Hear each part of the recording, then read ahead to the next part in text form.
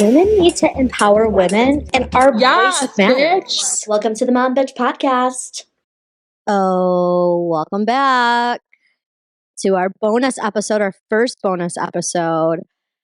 Obviously, we wouldn't be a real podcast if we didn't have a bonus episode on the new Taylor Swift album, Tortured Poets Department. Did I say that right? You did. Nice one. I kept getting it mixed up with the movie, Dead Poet Society. Oh, yeah. Yeah. I'm sure we'll get into that. But we haven't talked yet. Double album, 31 songs. What was your thoughts? Because you're a Swiftie. I mean, I'm kind of like a middle ground Swiftie. Okay. Like, I know all of her songs. I know a lot of the lyrics. I mean, it's gone through waves of my life, but I'm not going to wake up at midnight and listen to the album. I'm not going to cry over the lyrics. I'm not going to spend $10,000 to go see her at the Eras tour. So there's a limit. Yeah. You're a millennial Swiftie. Yeah.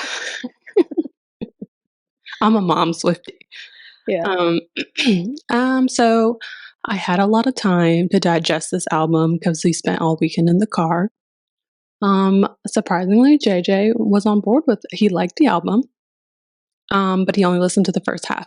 And I will say, for me, the first 15 were a lot stronger for me personally than the last half.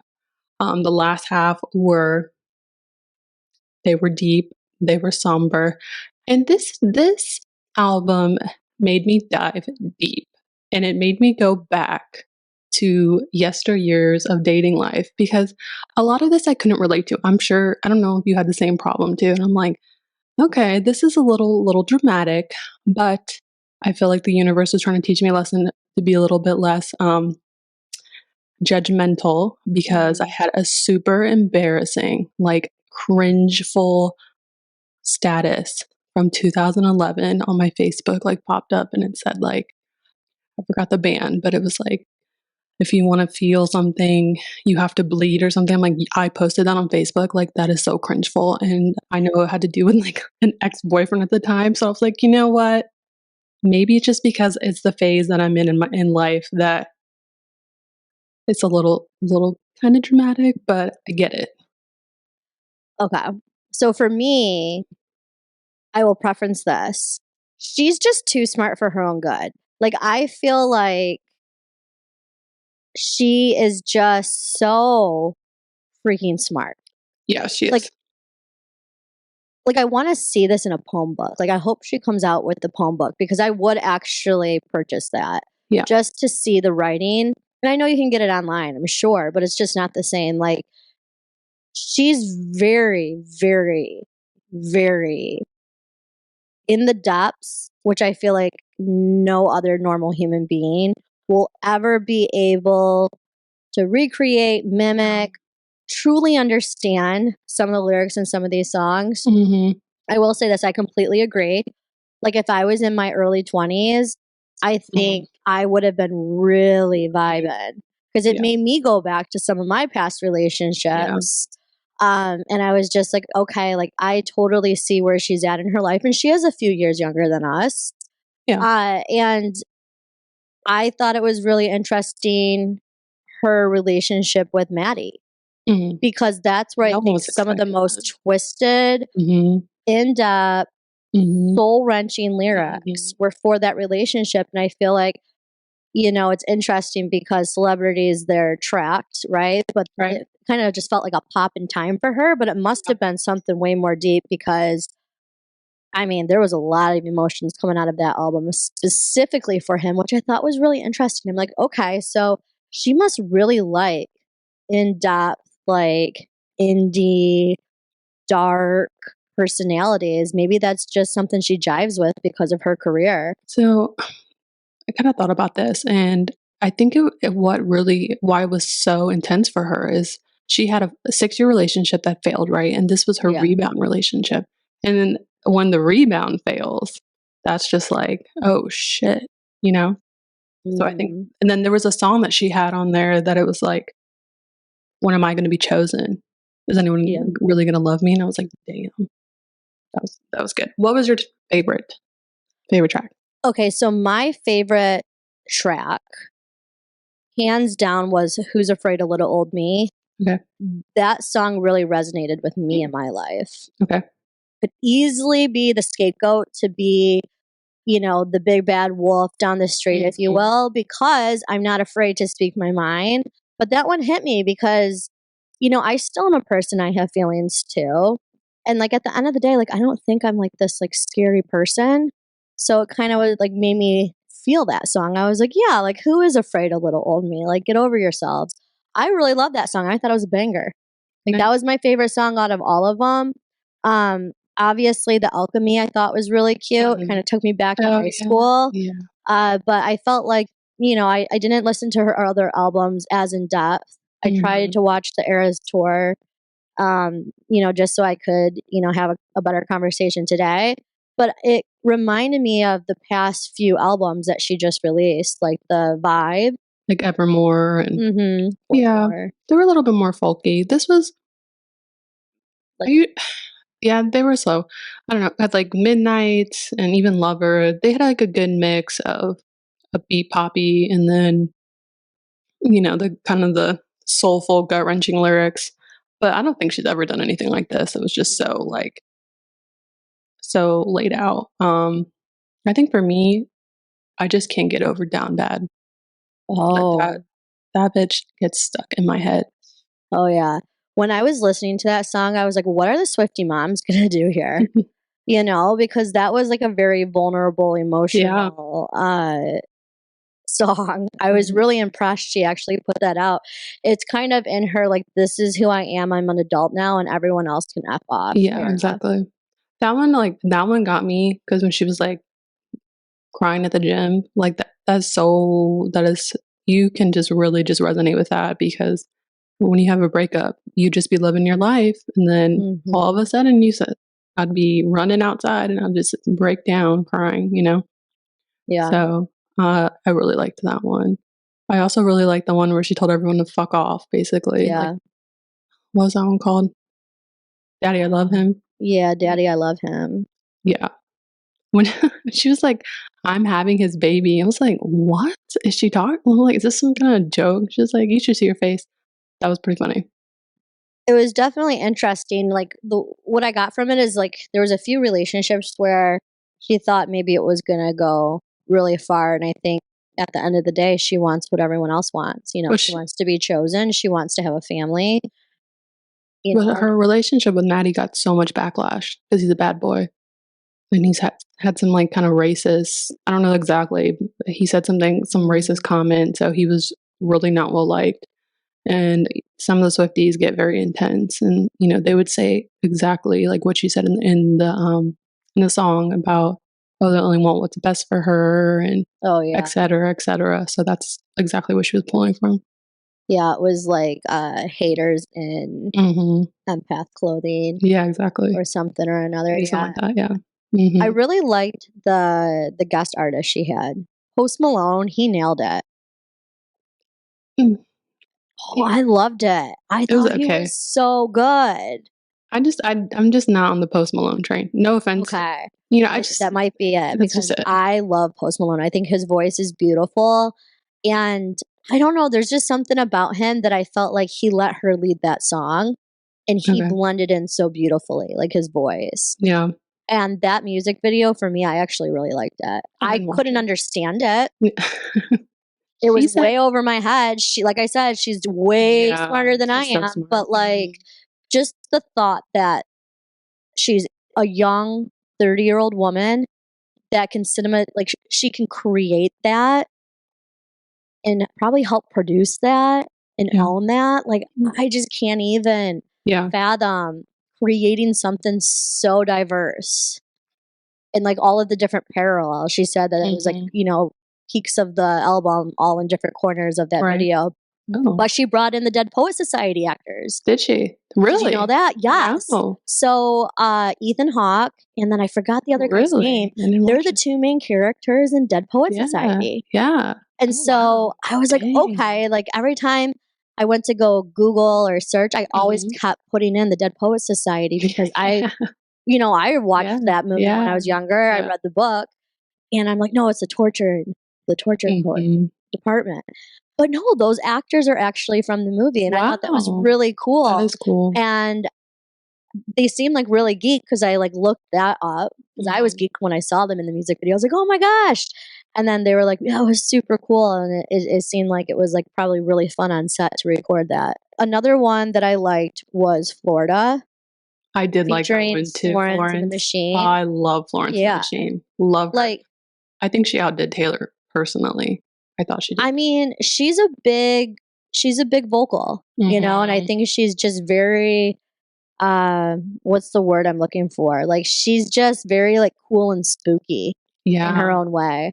But what I got from that song was, you know, like people work their whole lives to basically move to Florida. And it's like you have Taylor Swift and she's like this mega billionaire superstar. She's basically when I listened to her, she was like, I don't want your life. I don't want to trade with you. Like, what are you actually doing? So apparently she wrote that song and it's supposed to be about like being a criminal and all criminals go down to Florida to restart their life, getting a new identity and stuff like that. Oh, okay. Yeah. I listened to it and took something completely different. I mean, that's what she said. You know, she always makes everything a whole notch higher than like what you can interpret. So I thought that was really interesting, but I really did like that song as well. Okay. So what was your favorite song? I really liked Down Bad. I also really liked the Tortured Poet Society song. Yeah. That one was really good. That was number 2, right? Yeah. That was the second track. That was really good. The IMOL song. The LOML? Yeah. Oh yeah, that one was about the Doom relationship. Yeah. Yeah, that was good. That was like heart-wrenching. Clara Bow was another one that I liked. Yeah. Clara Bow was the one that draws parallels between Swift and Clara Bow, right? Like she was, you know, height of fame. Yep. They took her down. I thought that was interesting because, you know, like if you think about it, she's had such an unconventional life. Right. At the end of the day. What do you think Travis Kelce thought of this album? You know, like, I feel like I was like, there's no way Kelce, like if he's vibing, he's just supporting his girl because I really can't picture him understanding a freaking thing that she wrote down besides the songs about him. And she made his very lighthearted. I know. His are very straightforward. Very straightforward, very lighthearted. I think high school's a little bit about him as well. Yeah, for sure. I'm sure it takes her back to like a time where, you know, she just feels safe. She wasn't as famous. Yeah. She's just kind of having fun. Like, I feel like he's kind of given back to her what she hasn't really been able to do because she feels faith with him, I'm sure. Yeah. Do you have any lyrics that just stick out to you that you kind of remember? My favorite lyric is crash the party like a record scratch as I scream, who's afraid of little old me. Oh, yeah. That one, like I just jived with that song. Like to me, that was like one of the best written lyrically songs that I could relate to. What about you? I really liked when she said, "Oh, he stole my youth." Oh, yeah. And what song is that from? So Long London. Yeah. I mean, let's talk about London for a second. Like, what a jerk to make her not like London. Like, I feel like London is supposed to be the most lovely place. A lot of really great brands come from London. Yeah. And you're supposed to just be able to enjoy London. And I'm really mad at Joe for ruining that for her. Well, the other one's, he's British as well. Both of them are. Oh, you think it could have been about that's a play on both. I think she said something like, I'm done with London in another song. Oh, yeah. I totally forgot. What was the other guy's name that she dated? Matt Healy. Matt Healy, but, okay. I was thinking of, yeah, but who was the guy before that? Didn't she date another British actor? Oh, yeah. It was like briefly that she had him at her house and she had like some party. Yeah. Well, I forgot what that guy's name was, but yeah. Right. Okay. So that and then I think she said in one of her songs something about we were talking something in cradles. I think it was about him as well. They were talking about like having babies and stuff, and she's like, and you just took it all away. But she did like call out his depression, which I don't know. People are like, oh, that's like she said, you sacrificed us to the gods of your bluest days. So basically, everyone's like, well, I don't really think it's fair that she put, his mental health on blast. Swifties know everything. Like, they are so smart. What do you think the average IQ of a Swiftie is? I don't know. I mean, I feel like she really does help test the education system with some of this stuff because she has eggs, she has all of these different clues. Like, really, I mean, she knocked off this album with a Stevie Nicks reference. So she went back. She went back to like Civil War times. She did. She made a reference about she wanted to live in like the 1830s. Yeah, minus everything that was happening in that, which is probably really controversial in itself. We're not going to get into that because we're not qualified to have any type of discussion like that. But I will say, for me, right, like a millennial non-Swiftie, but I appreciate her as an artist and I think she's genius. Yeah, I think she's like, I could never say anything bad about this album. Is it my cup of tea? No. Right? Like, do I like it more than some of her recent albums? A little bit. Like, I thought there was a few songs, but for me, especially after watching the Eras tour, I kind of am bummed I didn't go see her in Detroit because I do feel like I missed out on a piece of history. But she's just so good at writing hooks. It was really hard for me to find hooks in this album. Yeah, just Down Bad is the only one I could think of. Yeah. That one gets stuck in my head. That one was like more upbeat. It was. Not upbeat in the movie per se, but like more, like beats per minute.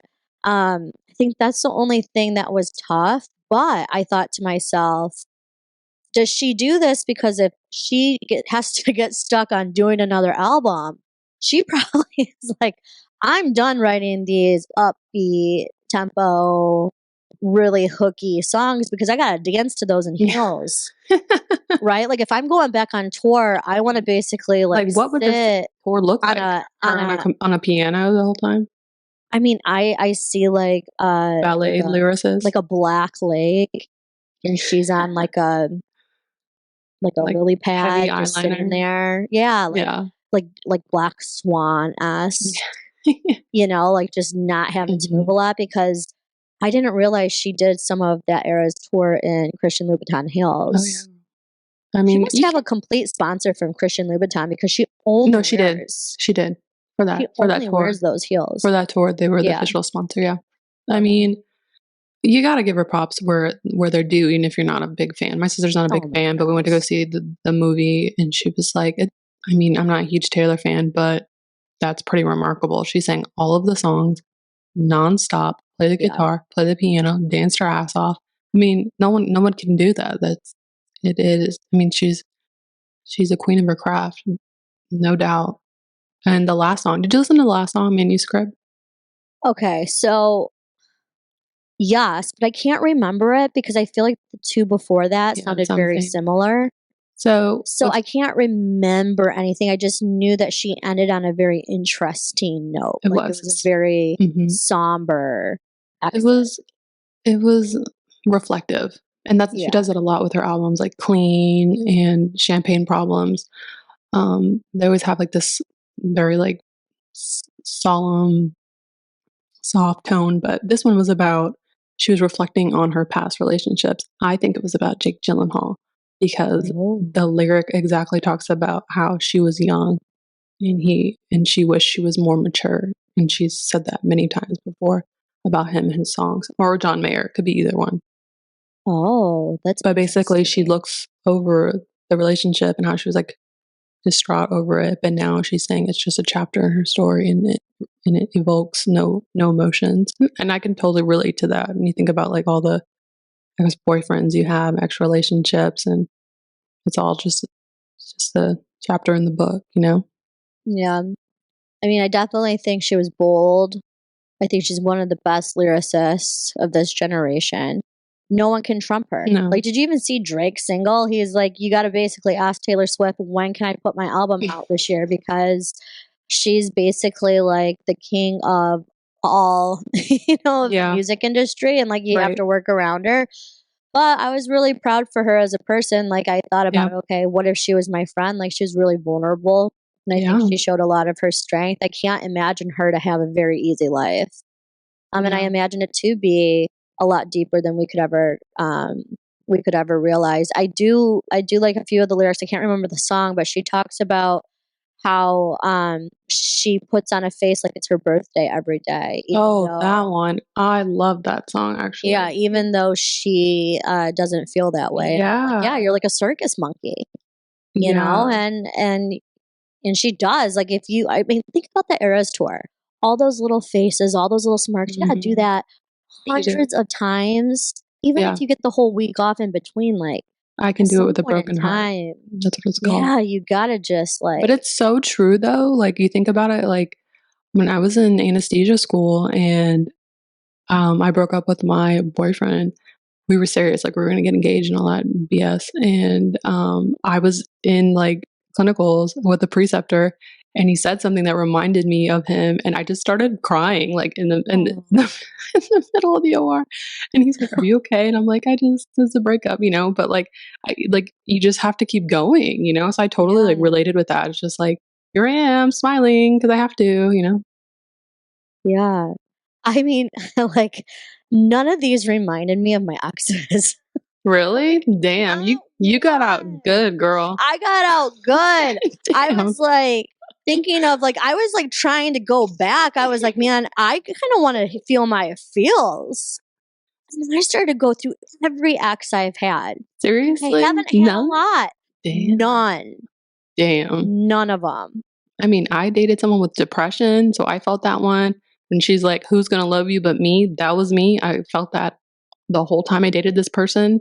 And he was deeply depressed and would leave me on red. He wouldn't reply to me, but I was like, no, I know that he still loves me, blah, blah, blah. I felt a lot of these songs. See, I must have got out lucky. I will say maybe that's why I really relate to the little old me, is because it's typically like every relationship I ever had ended on a good note. And I was just so young and self-centered that I just did not care, and I moved on. Like I never looked back. Yeah. I never wanted your boyfriend. Like after I moved on, and I think because of that, my exes love me. Like I'm still friends with my exes. So the little old me was more like I felt the pain of their new relationships and how much their new girlfriends disliked me. Because I could be in the picture, even though I didn't necessarily want to be in the picture. I was just like neutral, and because of that, they kept, friendships with me, and the new relationships didn't like that. Right. But I didn't feel any lyrics. Maybe I just am soulless. No, maybe. I mean, I don't know. I think that's probably better. Like when you go through a breakup, it's equivalent to like coming off drugs for your brain. It's like really intense. So yeah. So I'm assume that you did not relate with "I'm Gonna Get You Back" at all. No. That one was all about like going through a breakup and knowing that you're either gonna get back together or you're gonna like destroy each other. Oh no. That one I completely related to that. Mm-hmm. Yeah, I could see how a lot of people would relate to that, because I feel like that's the one relationship where, depending on where you are in your life, like you want it to work, and it just isn't the right timing. Yeah. So, I mean, this album took me back. It made me very appreciative of my husband and our relationship. And I'm glad that I'm not on the dating scene.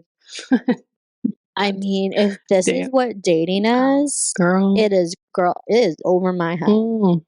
Like, like the one thing I did think about during this whole, like every single song as it played, I was like, Taylor Swift's the smartest person in every room.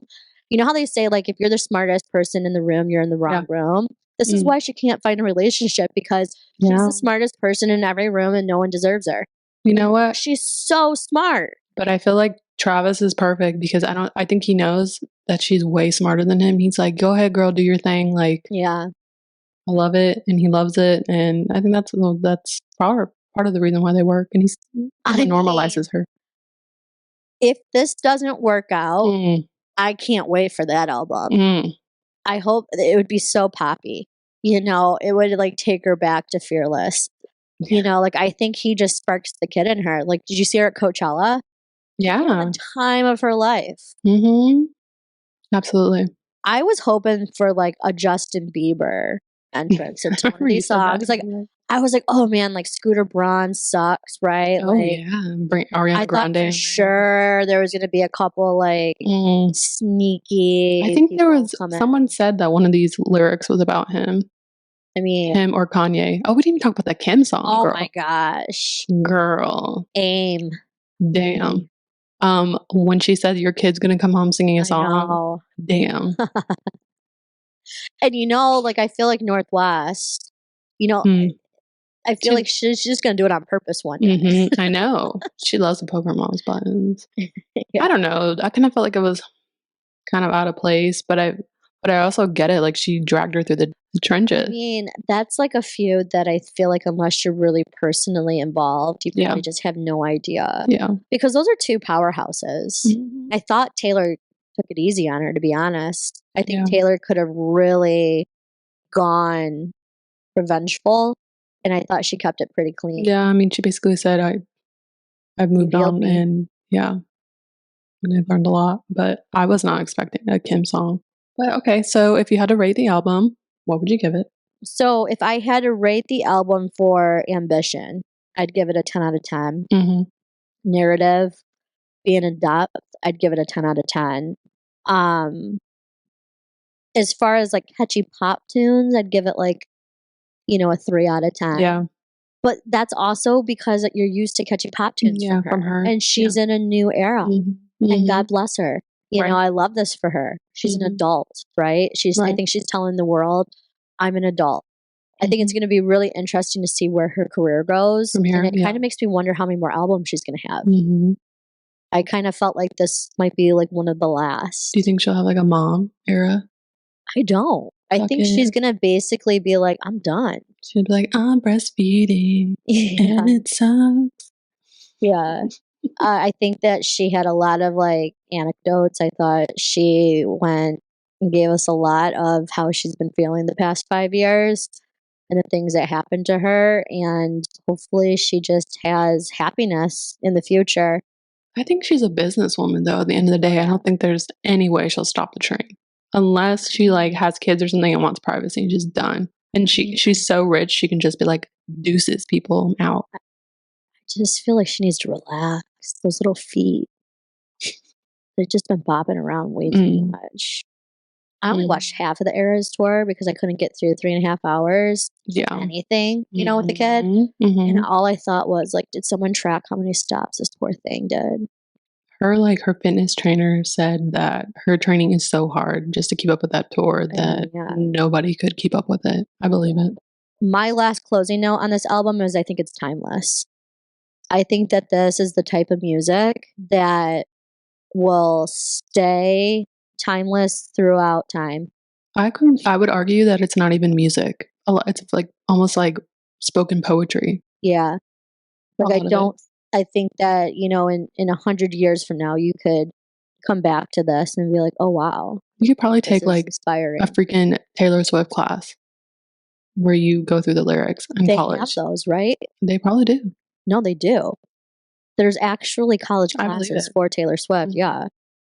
I mean, we got her whole soul in that album. I was hoping for maybe one poppy song just so I could beat bop, because you know what? You're going to have to hear this on the radio. I was wondering like what song would be on the radio? I know. Like I just want to know, like when I get into the car, what songs are playing? Like, are we all going down in somber this summer? Boy Only Breaks His Favorite Toys. That one's upbeat.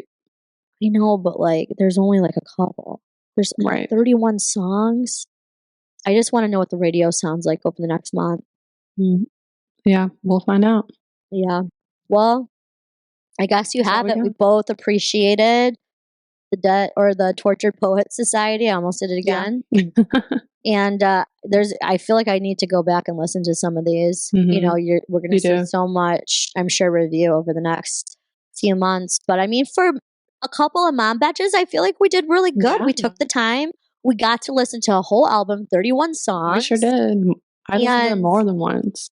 I mean, like, I don't remember the last time I took that much time to listen to music. It kind of reminded me, like, hey, stop and enjoy the simple things. There you go.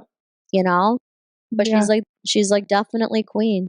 It was nice to join the phenomenon. Yeah. Excited. Everyone was excited about it. I definitely felt like I had more friends this weekend. Mm-hmm. For sure. You were in the inner circle, Celia. Yeah. I mean, basically, we were cool. I hope you enjoyed this episode. This week, on Thursday, we have Quiet on Set, the documentary on Nickelodeon. We're going dark. We're getting after it. It's going to be a really good episode. Mm-hmm. So, like, subscribe, follow, listen, definitely rate comment. 5. If you're like a 4 or under, we don't need your rating. Only if you're a 5. But we hope you have a really great week, and we'll talk to you guys soon. Bye.